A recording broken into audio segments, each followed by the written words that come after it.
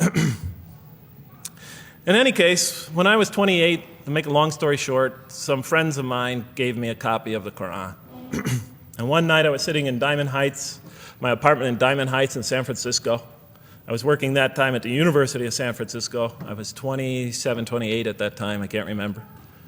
And I ran out of stuff to read, and I took this gift that my friends gave me and I began to read it.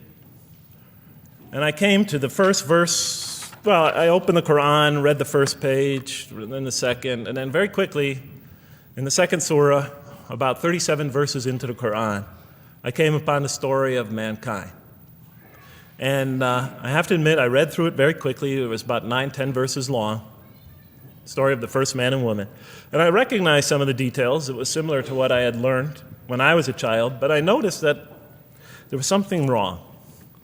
It was apparent to me that whoever authored this Quran, of course I wasn't a Muslim at the time, so I didn't have any idea who that was, whoever authored this Quran clearly did not understand the real meaning of the story, because they had obviously gotten the details confused. They didn't even understand the whole purpose of the story. And so I just read through it once, and then I read through it again, just to try to see what kind of point the author was making, and then I read through it a third time and a fourth, and then I realized this is something strange going on here. I'm going to read this much more carefully. I'm going to need to go through this story line by line, verse by verse, because it's obvious that the author is trying to bring out another point. And I wasn't quite sure what it was, but definitely he packs a lot of meaning into almost every word. And I thought the writer at least seems to have a great measure of brilliance. And so I'll try to sort of take you through what my experience was as quickly as I can. So I came to the 30th verse of the second surah, Surah Al-Baqarah, and it began like this. It said, "Behold, your Lord said to the angels, I am going to place a vicegerent on earth." The Arabic word is khalifa. It means a representative or an emissary of mine. "I am going to place a vicegerent on earth." And they said, the angels said, "Will you place therein one who will spread corruption and shed blood, while we celebrate your praises and glorify your holiness?" And God said, he said, "Truly I know what you do not know." See, that's the verse that hooked me. That's the verse that caught my attention. That's the one that kept on making me read the story again and again and again. Because listen to the way it begins. "Behold, your Lord said to the angels, I am going to place a representative of mine on earth, a vicegerent of mine, an emissary, one who acts on my behalf." I thought, that's not the way it goes. You're not supposed to be placing man on the earth in some positive role, some elective office. You place man on earth as a punishment for his sin. Clearly, I knew the author didn't quite get the point. But still, it was an amazing line. But then I come to the next line, and it says, "And the angels say, will you place therein one who will spread corruption and shed blood, while we celebrate your praises and glorify you?" I looked at it again. I couldn't believe the question. They said, "Will you place therein one who will spread corruption and shed blood, while we, the angels, celebrate your praises and glorify you?" I looked at that and I said, exactly. That would be my question. Why would you create this being, supposedly for some positive role, when he's capable of doing tremendous wrongdoing? When he could spread corruption and shed much blood? Why would you create this violent and pernicious creature when you could create angels? As the angels clearly say, while we, the angels, celebrate your praises and glorify you. They're asking one of the most fundamental questions in the entire history of religion. Why create you, man, this utterly fallible creature, this creature who could rebel against God's will, who could do such tremendous wrongdoing, who could wreak havoc like no other creature on earth, when you can make them angels? And look where the question is being asked. It's being asked in heaven.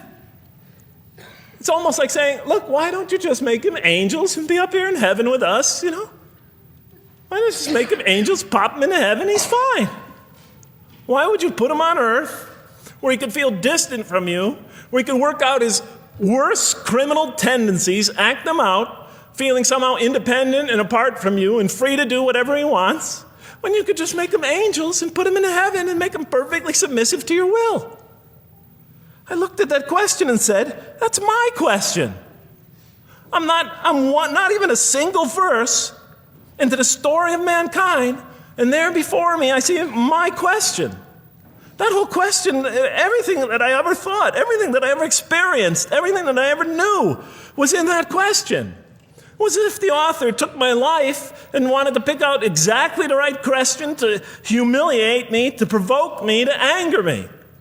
Why create man, this most destructive and violent creature, when you could make them angels? And then look at the answer. And he said, God said, truly I know what you do not know. You know, in modern parlance, we would say, I know exactly what I'm doing. I read that and said, what? You know what you do not know? You know exactly what you're doing? Well, please inform me. Tell me what you're doing. Because, you know, I'm 28 years old and I haven't figured out it yet. And I have a lot of issues that I'm still dealing with that's connected to this question. You can't just get off that easy. You can't just tell me you know exactly what you're doing. Not after what I've been through. Not after you made me this way. And then I realized, of course, I was arguing with a God I didn't even believe in. And that would happen several times as I read through the Quran. And sometimes I would just get into so agitated by what I read, I'd start arguing with this voice that I'm reading before me, that's calling to me. So we turn to the next verse. Well, it turns out that the Quran just doesn't dismiss the question. It starts to answer it a little bit. And in the next verse it says, and God taught Adam the names of all things. And then he placed them before the angels and said, tell me their names if you are right. So this verse is clearly referring to the previous one. But notice what it says. Now, I from my own background, I remember Adam naming things, but it wasn't connected to any answer to any philosophical question. But here, notice what it says. And he taught Adam the names of all things. And I realized already, just from the first verse, you got to read these verses very carefully because it's packed with a lot of symbolism and meaning. And he taught Adam the names of all things. So here we see Adam is not only just a creature who knows how to name things, who's acquiring the gift of language, but he's also a learning creature. God is teaching him.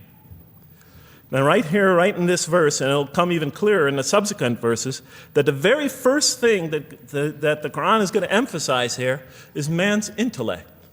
He is a learning creature. He is taught. And what is he taught? What is one of the great intellectual gifts he's given in response to the angel's question? The gift of language. Because through language, mankind could not only learn, but he could learn things not only through his own experience, but he could learn things that other people have experienced of times and places that are hundreds, thousands of years and miles separated from him. And so that all our knowledge becomes cumulative. Every generation learning from the generation before it. I'm learning today from authors I read from other sides of the world that may have existed 2,000 years ago. And so we all contribute to our collective learning and knowledge. And so what I'll see later in the Quran, when the Quran will emphasize this again and again and again. Like in one verse it says, read in the name of your Lord who created. Created a man out of a tiny creature that clings. Read, it commands the reader. For your Lord is most bountiful. Why is he most bountiful? What great gift did he give you? For he taught man the use of the pen. And through it taught him what he otherwise could not know. And time again, the Quran will call upon man to use his intellectual faculties and swear by his intellectual faculties and to use them correctly because they play a fundamental role in guiding him to truth. I never came upon a scripture that puts so much emphasis on the correct use of our intellectual faculties, on the harnessing of reason in helping us attain to faith. And he taught Adam the names of all things. And then he placed them before the angels and said, tell me their names if you are right. Okay, you have this you have this natural question about this creation of mankind. Here, this mankind is this human being, this human creature is a learning creature. He has many intellectual gifts. Here, I'm going to place these things before you. Tell me their names if you are right about man. And what did the angels say? In the next verse they say, "Glory to you. We have no knowledge except what you have taught us. In truth, it is you who are knowing, the wise." They say this task, this intellectual test that's put before them is beyond their grasp. Notice what they emphasize. We have no knowledge. This would take knowledge. This would take an intellect that they don't possess. In truth, it is you who are knowing, the wise. You got it. It's easy for you. You're the knowing, the wise. You have knowledge. You have wisdom. But this would take knowledge and wisdom that is beyond us. And so in the next verse we read, and he said, "O Adam, tell them their names." And when he had told them their names, notice how it's just like it's nothing for him. For mankind, he has this phenomenal ability. And when he had told them their names, as if it's just a triviality for man, he names them. "O Adam, tell them their names." And when he had told them their names, God said, "Did I not tell you that I know what is unseen in the heavens and the earth? And I know what you reveal and conceal?" And he's clearly going back to the angel's question. Yes, you have these natural concerns about the creation of mankind. Yes, he could do these evil things. But look at this tremendous intellect he has. This is something you have overlooked that you haven't considered. And that's clearly the point of these verses. Even though I felt that the author didn't quite, it was as if I realized that he didn't misunderstand the story. He was taking one of the great stories in the history of humankind, one of the fundamental greatest stories in the history of mankind, and molding it and using it as a vehicle for an entirely original message. And God said, "Did I not tell you that I know what is unseen in the heavens and the earth? And I know what you reveal and what you conceal?" In other words, didn't I tell you I know exactly what I'm doing? And then in the next, and didn't I not tell you that I know what you reveal and conceal? I looked at that. What did they reveal and what did they conceal? What did their question reveal and conceal? I thought about it for a minute. Oh, it's obvious. What did their question reveal? You just go back and look at the question.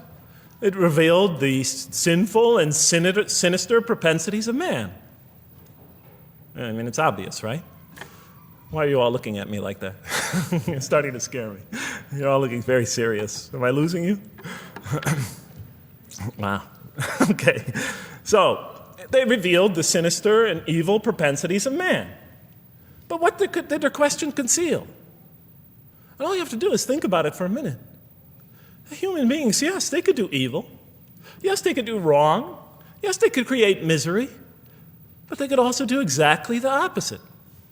They could choose to do evil. They could choose to do tremendous good. They could choose to do tremendous violence. They could choose to show tremendous compassion. They could choose to live by falsehood. They could choose to live by the greatest truths. They could be terribly ugly. They could be terribly beautiful.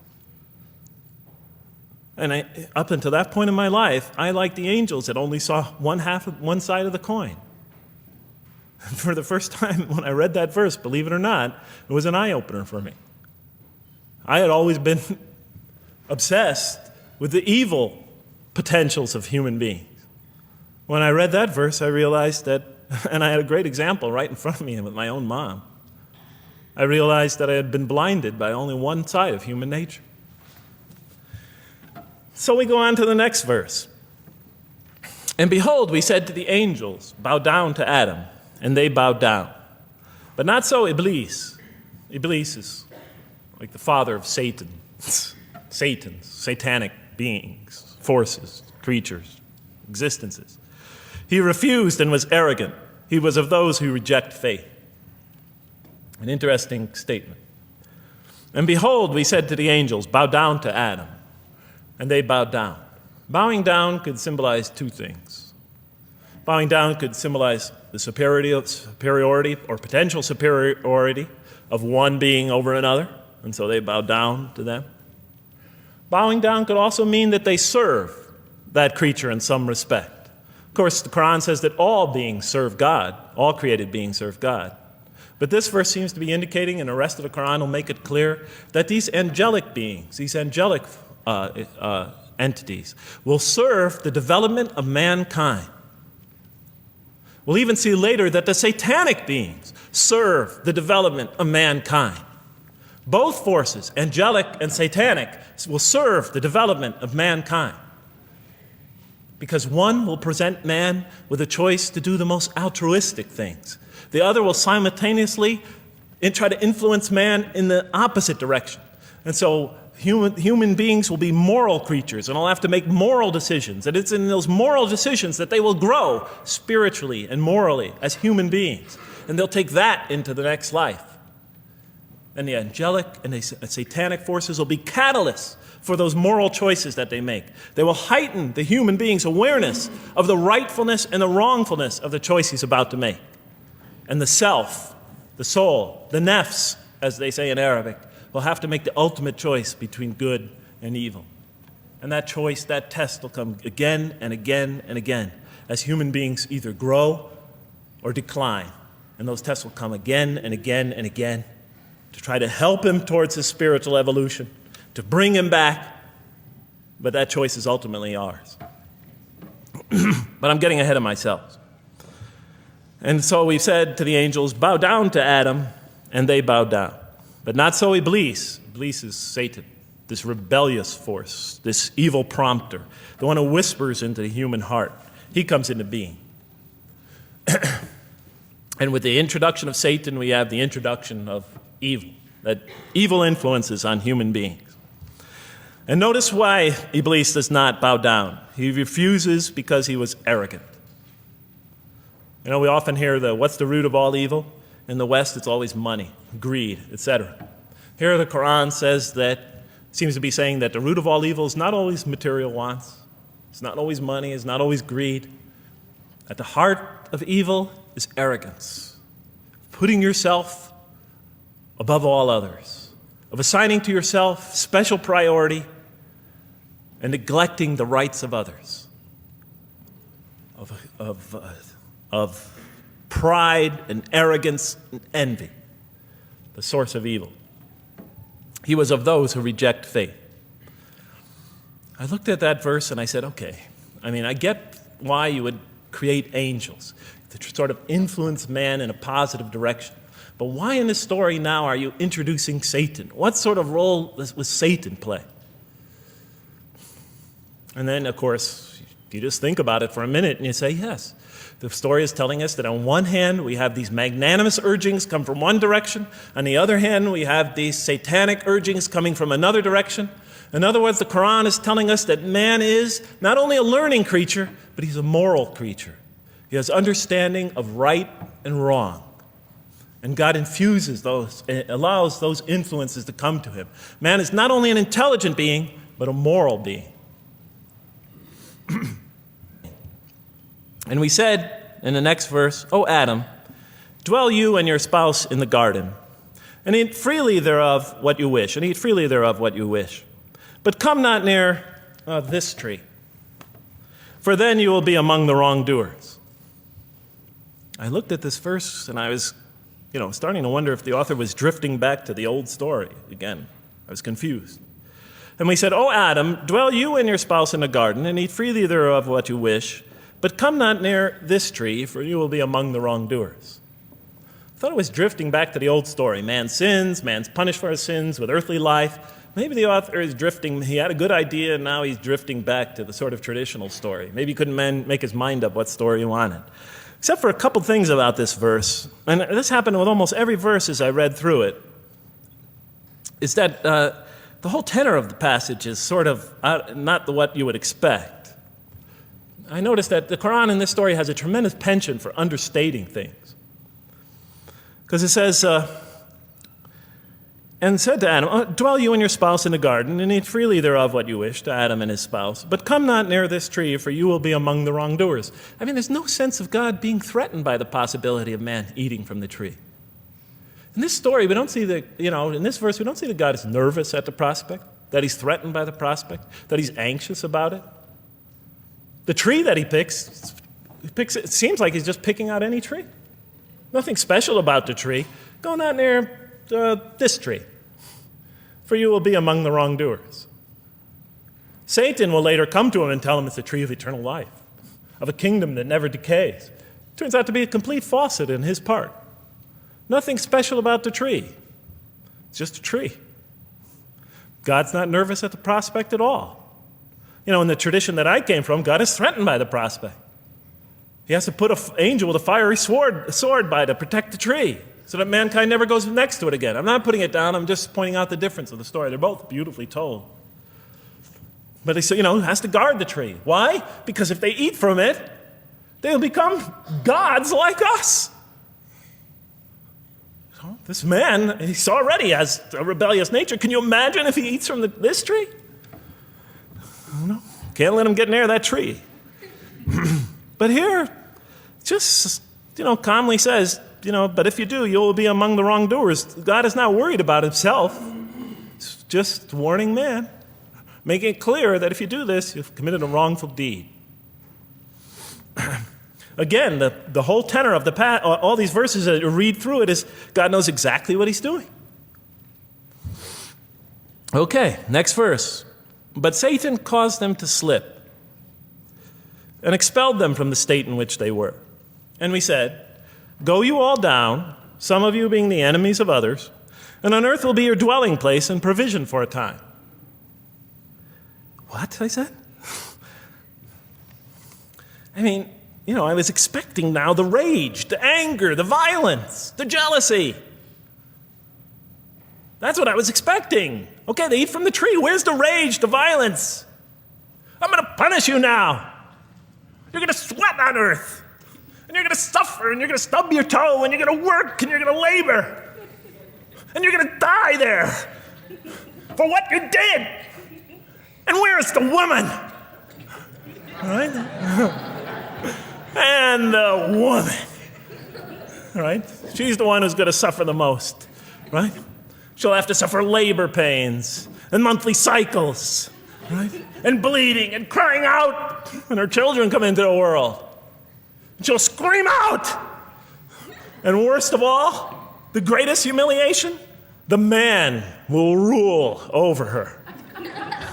When he's obviously her intellectual inferior because she and the angels she and Satan seduced him, and he just bumbled along and committed a real, wrong deed.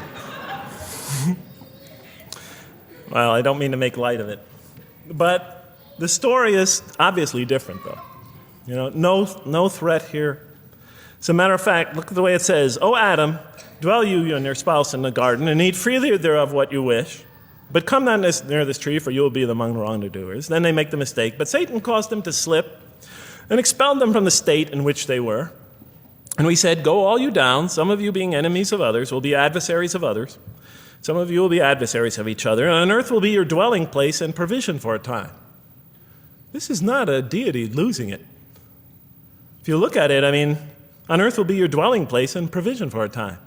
That's not the words of a God that has lost, that is really extremely upset. On earth will be your dwelling place and provision for a time. But notice something else about this verse. When you read these verses for the first time, I don't know, maybe I'm nuts, and many people think I am. But when you read these verses for the first time, this is just so much that catches your attention. But Satan caused them to slip. Remember, I couldn't get that verse those words out of my head. Satan caused them to slip. To slip? The greatest sin in the history of the human race, and it's called a slip? In my culture, slip means, you just momentarily, for a fraction of a second, you lose your focus. It's not a big deal. My Uncle Bob used to always say to me, Jeff, I'm sorry I'm 5 minutes late, I slipped up. The understanding is it's no big deal. It's just a slip. That's what we say when we make a minor mistake. I slipped up. Don't worry about it. Never happen again. A slip, I said? Momentary loss of focus? The greatest sin in the history of humanity? Why we're all here? Why we're all suffering? Why we experience death? A slip? I didn't believe it. I went to my Arabian friends at that time. I didn't know any Arabic. They came to this verse. We went through it line by line. I said, now don't change any words. Just read them one at a time. But Satan made them, and I said, okay, this one right here. What does it mean? Tell me what that means. They looked at it, it says, slip. Slip. And expelled them from the state in which they were. A slip, I thought? But then maybe I was trying to force the traditional understanding, the traditional interpretation. Maybe it was just a slip. I mean, after all, they didn't commit murder. They didn't commit robbery, rape, pillaging, assault. They ate a couple of pieces of fruit. Well, it's not the greatest sin in the history of humanity by any means.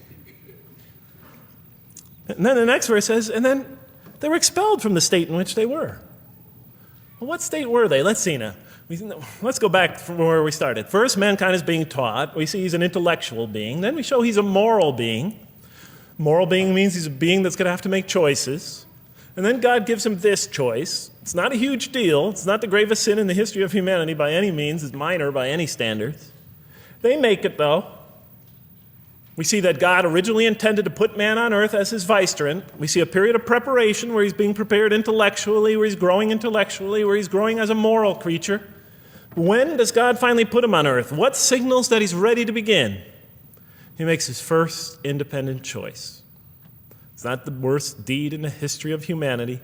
It's minor on anybody's scale, but it shows that mankind is ready to act on his own, to be his own, to make his own choices, that God has empowered him to make choices, and he's ready to make them and carry them out and see them most often to their expected ends, if God wills. And that seems to be the only real significance of it.